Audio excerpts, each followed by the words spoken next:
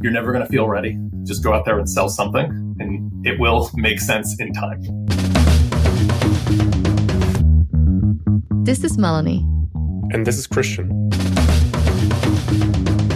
You're listening to Follow the Gradient, the weekly podcast with actionable insights about how to build a business while staying sane.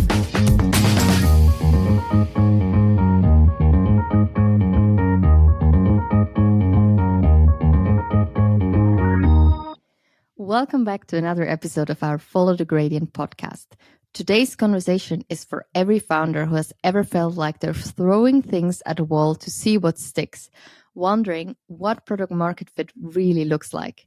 We've been there too, caught in the overwhelming, sometimes very lonely struggle of chasing PMF without a clear sense of what actually moves the needle. But product market fit is essential. Unlike growth metrics that simply measure progress, PMF is the foundation for lasting success. With 42% of startups failing because they don't serve a real market need, finding product market fit can make all the difference. If you're ready to cut through the noise and get a clear, actionable roadmap, today's episode is exactly what you need.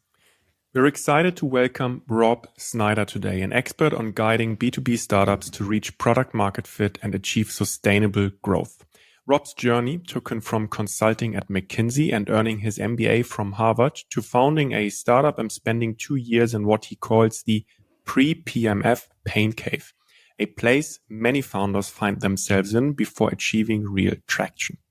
After his own startup went from 0 to 4 million ARR, he developed the frameworks he wished he'd had from day one. In this episode today, Rob shares what criteria need to be met to obtain product market fit, a mental model to apply in order to develop product market fit for your business, and what finding PMF means for your sales and discovery activities. Before we kick off, a personal message from us. We're doing this podcast as a side hustle to help people through the craziness of startup life. If you like what you're hearing, sign up to our free newsletter at followthegradient.io. There are exclusive insights Rob is sharing only in this week's edition, which he hasn't shared here on the podcast. So without further ado, let's dive right in. Welcome to the show, Rob. Really great to have you here. A few months ago, you shared an extensive 90-plus slide deck on LinkedIn that walks the reader through the path from 0 to 1 million and B2B product market fit. I think it's fair to say that it went viral and we were nodding our heads as we read through it. And this is exactly the startup situation, the challenges, the emotions we faced, and we know that many founders out there face. But before we dive into how you achieve product market fit, can you define product market fit as it applies to early stage B2B founders? And for you, what does it look and feel like? Yeah, super good question. Let's start with what does it look and feel like? And I can give like a visceral example. I knew I was getting closer in my first company to product market fit when I went from just general anxiety that nobody wanted our product to I had 30-minute onboarding calls back to back booked out for like 3 months. And I had random people calling me saying, hey, someone told me about your product. They love it. I need to buy it. What does it do? And like asking those questions in that order. And then I'd say, okay, cool. We'd get to the conversation at the end. They'd be like, great, this is amazing. And I'd say, okay, great. Now just who the hell are you? Right? Like that, we went from this state of like, nobody really cared to people were pulling the product out of our hands and loving it both pre-sale and post-sale. That inflection is kind of what it feels like. Now, that isn't very helpful if you are in the state where I was beforehand, where you don't have that like going on, you don't have that feeling, you're in that state where you don't have product market fit. And so what I've found is that I needed a definition, a way to think about product market fit that made it clear what I needed to do and where I needed to focus on to move towards it.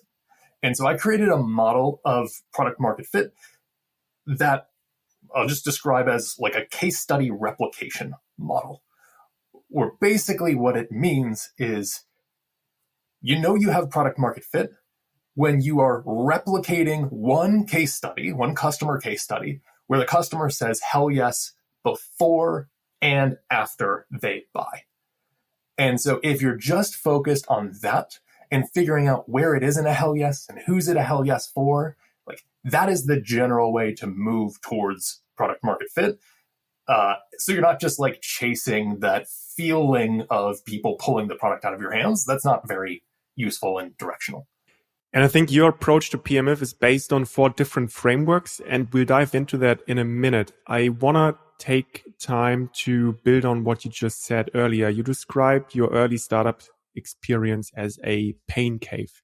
Can you share what you mean by that and what makes finding PMF so challenging for most founders, and what are the kind of common mistakes that you see founders make in the pre-PMF stage that led to this pain cave, which you actually experienced?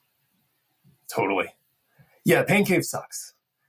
Every founder, just about every B2B founder I know, just about every founder I know has spent a lot of time in the pain cave. The simplest way I can describe the pain cave is it's not working. We don't have anything resembling product market fit, and we don't know why. It's not clear why. And when it's not clear why it's not working, you get into this mode of like, okay, there are infinite possible things that could be not working. There are infinite possible things I could do as next steps. And I'm getting a ton of advice that all makes sense individually and is mutually contradictory. And so that's the pain cave where you're stuck. You're like default dead. You have no idea where to go. You know something has to change, but you just have no idea how to get out of this space. It is the worst. I spent 2 years there. I don't wish that space on an enemy. Like just everything that I have done since getting out of the pain cave and since observing commonalities of startups that have escaped the pain cave has been about how to help founders avoid the pain cave because it is so awful. You were mentioning now, like there were a ton of advice. Many people told you like what to do, but nothing really helped you. And as far as I understood also from previous discussion, it is when you kind of came about these frameworks, and you already mentioned one, the case study replication framework. And you also hinted a little bit how it works, but how can a founder like approach this? How can a founder really get to this replication case, and how should they apply this knowledge on a day-to-day basis in order to kind of get out of the cave and also to find this hell yes customer? The funny story is when I got out of the pain cave, it felt wrong. The like way we got out of the pain cave felt wrong. It felt backwards from everything I had learned. You know, I went to Harvard Business School. I was taught a certain way. I worked at McKinsey before that. So like I was taught a certain way of thinking and approaching this stage and just business generally, that the path we took out of the pain cave felt like it broke all of the rules. And so when we got out of the pain cave and started actually scaling, I started talking to a bunch of other founders who had taken similar journeys, just because I was like, okay, we clearly broke the rules. Like, what was the right way to do this? And basically every single one would say the same thing. They'd like whisper, they'd be like, actually, that's how we got out of there too. It's you know, it doesn't operate. It doesn't seem like the rules make sense, or maybe we just broke the rules too. And so what I observed of basically every startup that got out of the pain cave and started scaling was that we just stopped trying to plan out everything, trying to plan the long term, trying to have the business plan, trying to have some, you know, future-proof product roadmap or anything. And we just sold to one customer. And selling to one customer, we figured out what they liked, what they didn't. Often that first customer churned or was angry for some reason, but we parlayed that into the next customer and then into the next customer. And as we sold to one customer and tried to kind of like jankily deliver whatever it was they wanted, giving up kind of all of our theses about the world and all that kind of stuff, you know, keeping some of those in the back of our minds, but really getting practical. By customer 3, 5, 10, we started figuring it out And it took a very different shape than we would have theorized in advance. We kind of found one customer or two customers in those first 10, 20 who were like absolute hell yeses. And then as we like just scratched our heads and said, okay, this looks really different than what I expected. What do we do now? Well, then the obvious answer was like, okay, can we just find more people just like them? Could we essentially just repeat their story? And then, okay, if we start doing that more and more and more, and faster and faster and faster, and making it way more of a hell yes, then like cool things will happen. And then we can go back and pretend like the entire thing was planned the entire time. But really, it happened through this kind of process of tinkering, working one at a time, kind of failing and earning the right to see a little bit further, earning the right to plan a little bit further over time once you had that like hell yes customer. But it was totally unscalable and absolutely like, you know, you just throw out all your theories and just deliver whatever happens. I would like to really like go a little bit deeper here, because I feel also from personal experience, it's pretty hard. It's such a thin line between like focusing on one customer because you want this customer case to be scalable and repeatable, or wasting your time on a very specific over-engineered case that then 3 months, 4 months down the line is just like going nowhere. How do you find out on which path you're? That is like the number one critique this approach gets. And my experience with it is that it's like almost never the case that you get pigeonholed down one of these like rabbit holes, as long as you're not just finding one customer and then not talking to any other potential customers at the same time, right? Like what you don't want to do is you don't want to go find one customer and then say, great, problem solved, check that box. Now let's deliver for them. And then in 6 months, we're going to come up for air once we've built the right product. You have to have a volume of customer conversations going on and like still be trying to onboard customer 2 and 3 relatively soon to when you're onboarding customer 1. Because you do, right? You want to, some parts of customer 1 will not replicate, and you kind of can't know what those are in advance.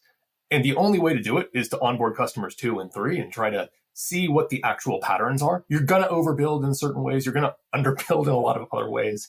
But generally, it's like not super knowable in advance. And so the answer is just talk to a bunch of customers, try to sell, and learn from the patterns that emerge from that. Now, you speak of a second framework you use, which is the demand and supply framework. Can you break that down for us? Yeah, this is actually my favorite one. This is the one that probably changed the way I think about business generally once I first heard about it. Basically, like we all want to build something that people want. And so what I would do is I would go out and talk to customers and, you know, either show them my fancy product and be like, do you want this? Is this really cool? Do you like this? Right? Or I would try to do kind of like mom test type things to try to figure out, okay, what are your pain points and what are your problems? And when I talk to customers, they'd be like, yeah, massive pain point, massive problem. And then they wouldn't buy. and so like, I just wasted so much time because I didn't have a model in my mind of like, why does anybody buy anything? And so the model that like seems to actually work here is to split the world into demand and supply. Demand is like, why do people buy things? It's not what are their pain points, what are their problems. It's just like, why do they take action? Why do they buy certain things? That exists regardless of supply. The supply is like everything I control, everything I build. It's my product, it's my marketing, it's my messaging, it's all of those things. Demand is just out there in the world. It's why do people need to change? What options do they consider? What's forcing them to take any action at all?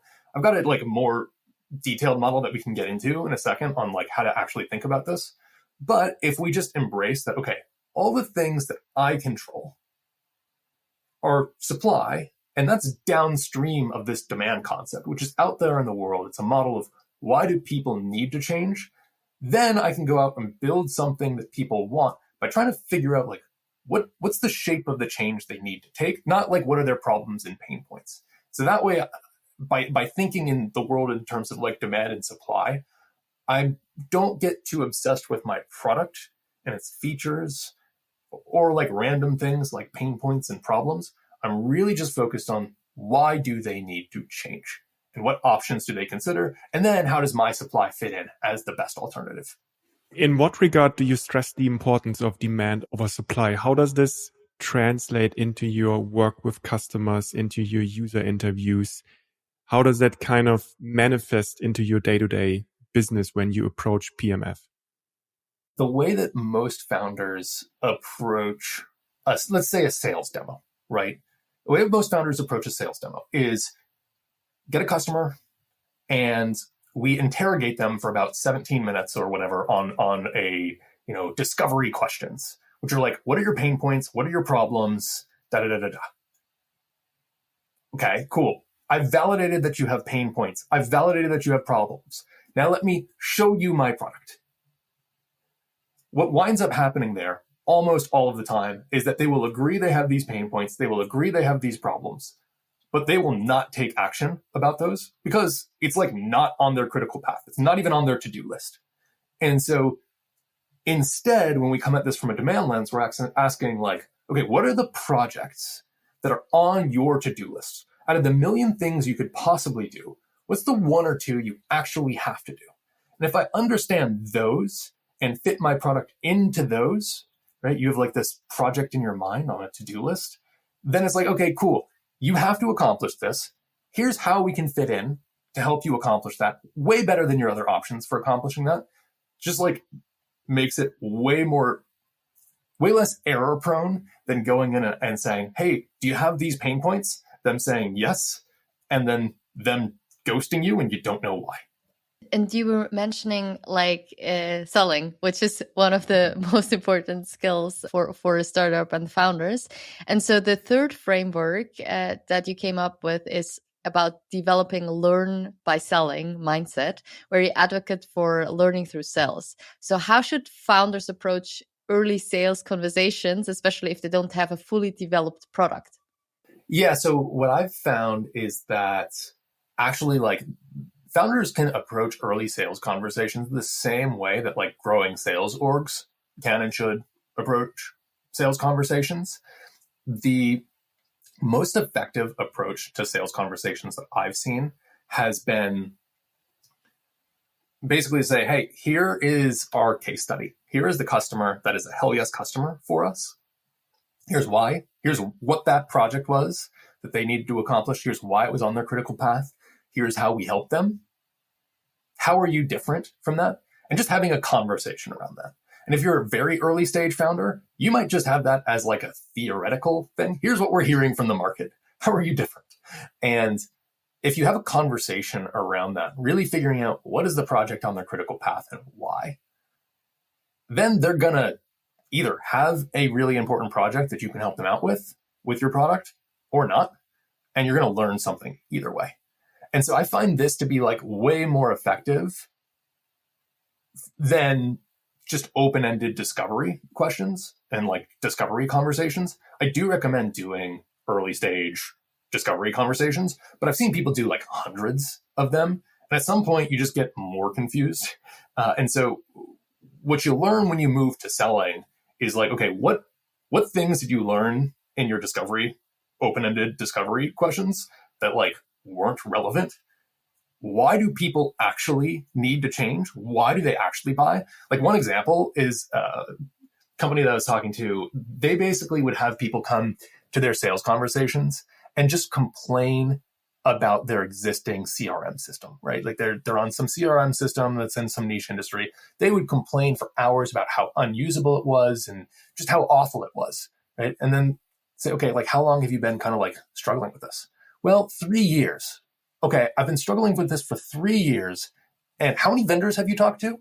Well, yeah, my manager told me to start looking into vendors a year and a half ago. Okay, yeah, but like how many have you actually started looking into?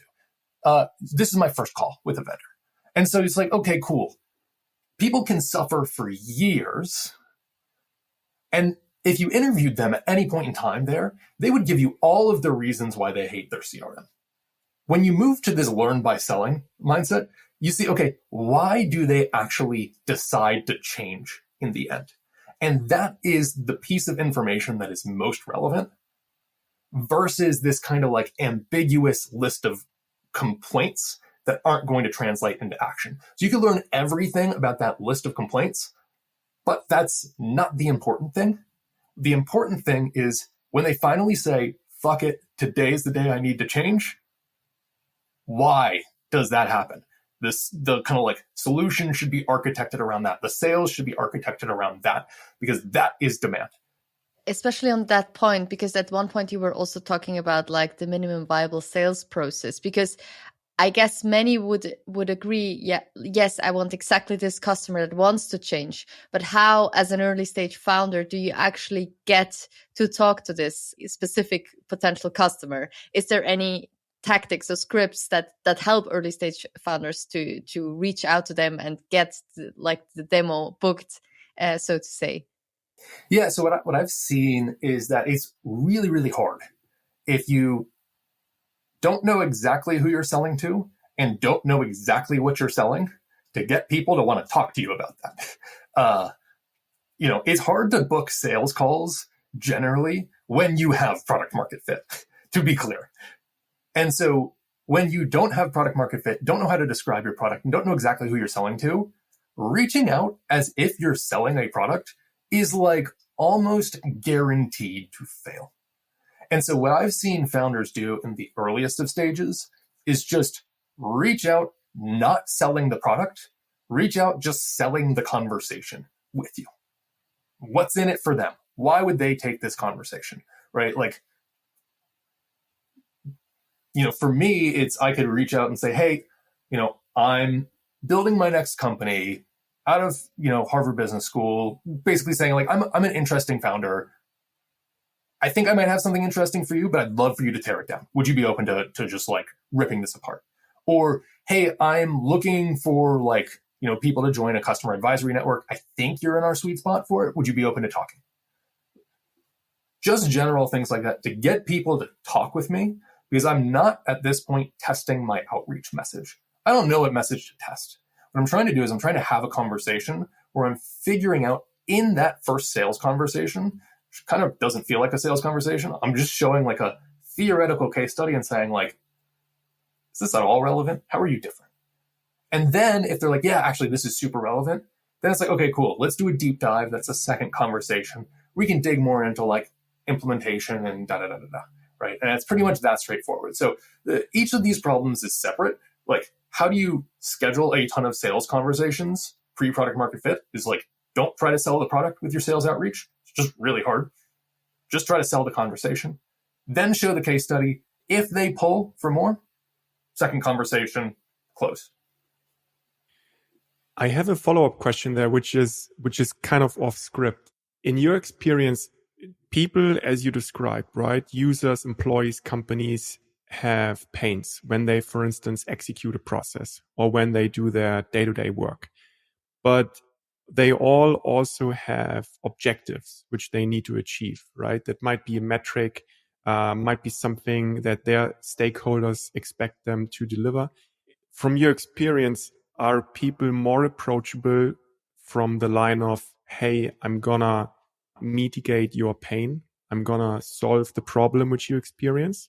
Or are they more likely to respond when you approach them by saying, hey, I'm gonna help you achieve your objectives faster and in a way that actually helps you? Or is there even a difference?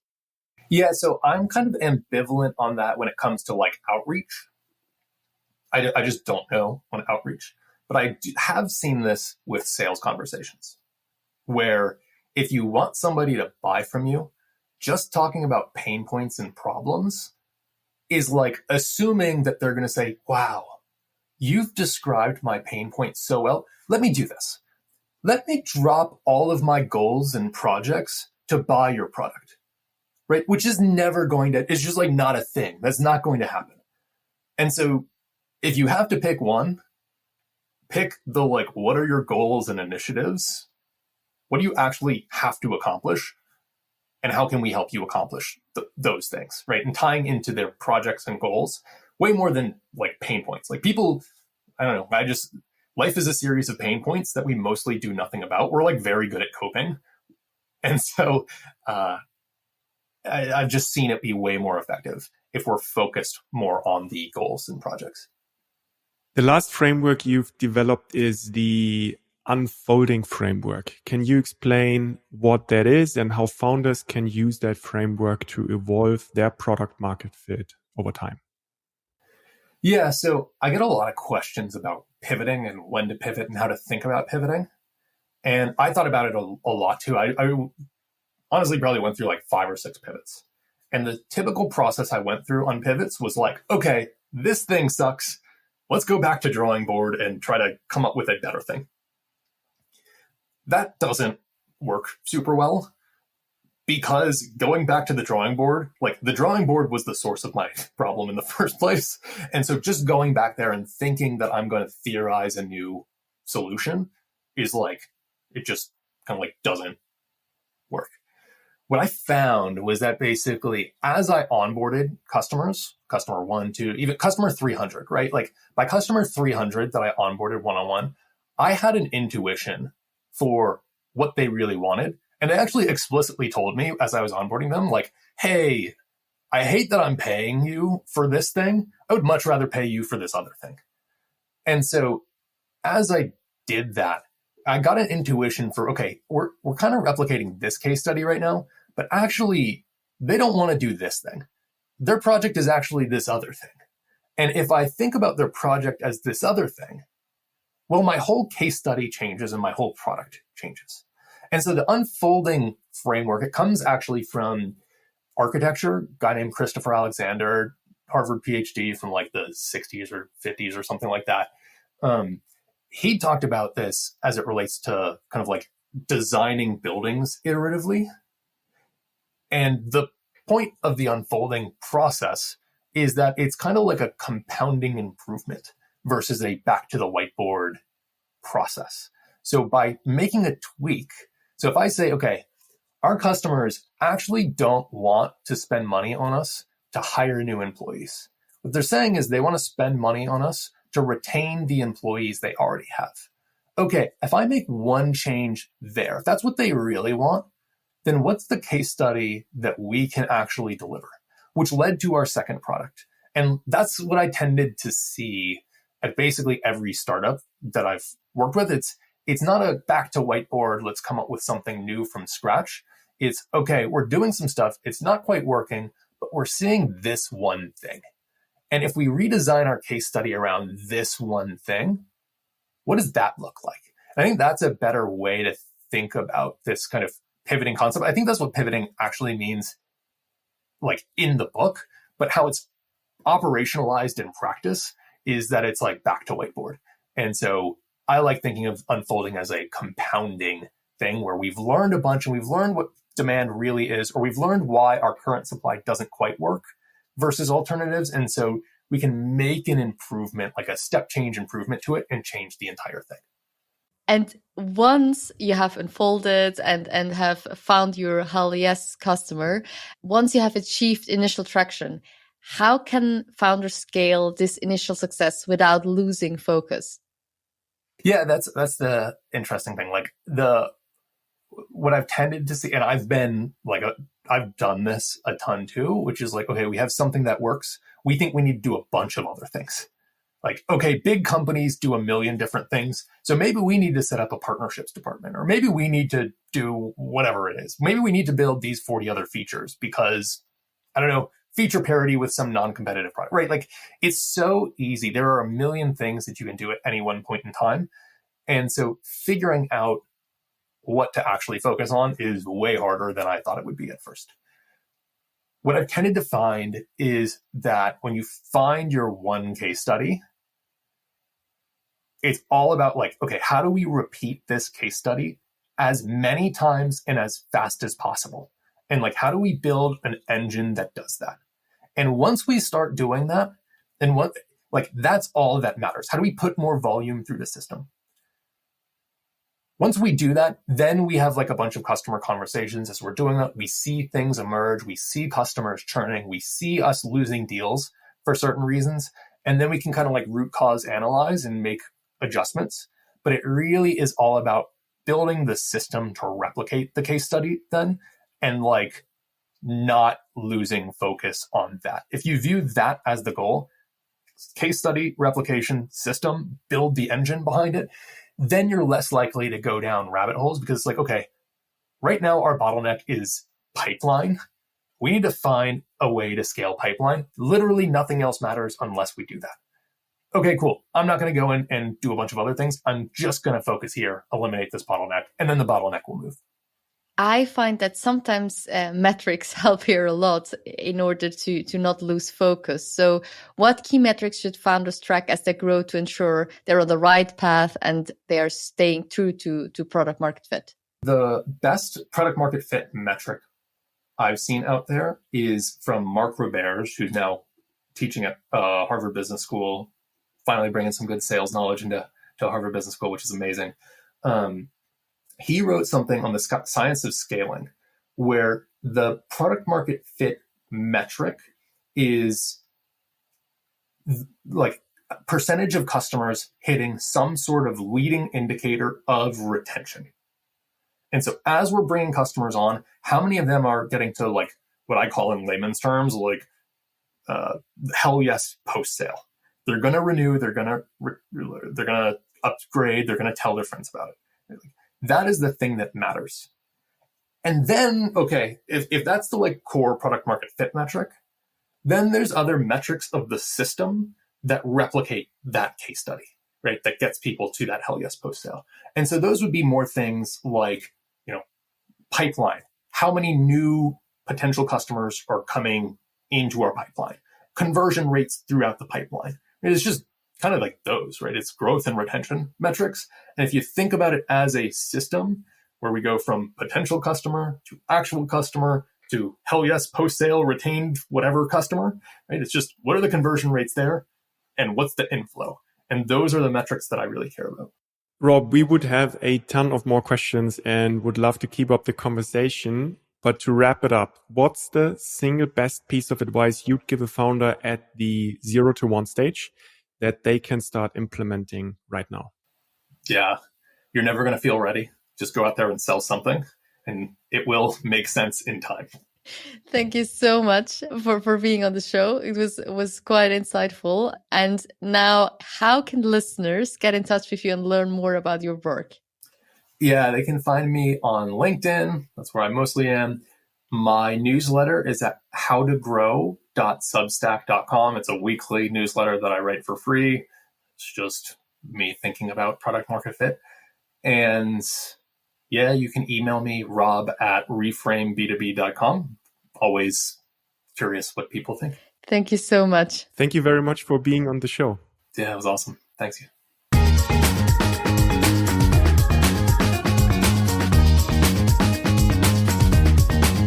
This was another episode of Follow the Gradient.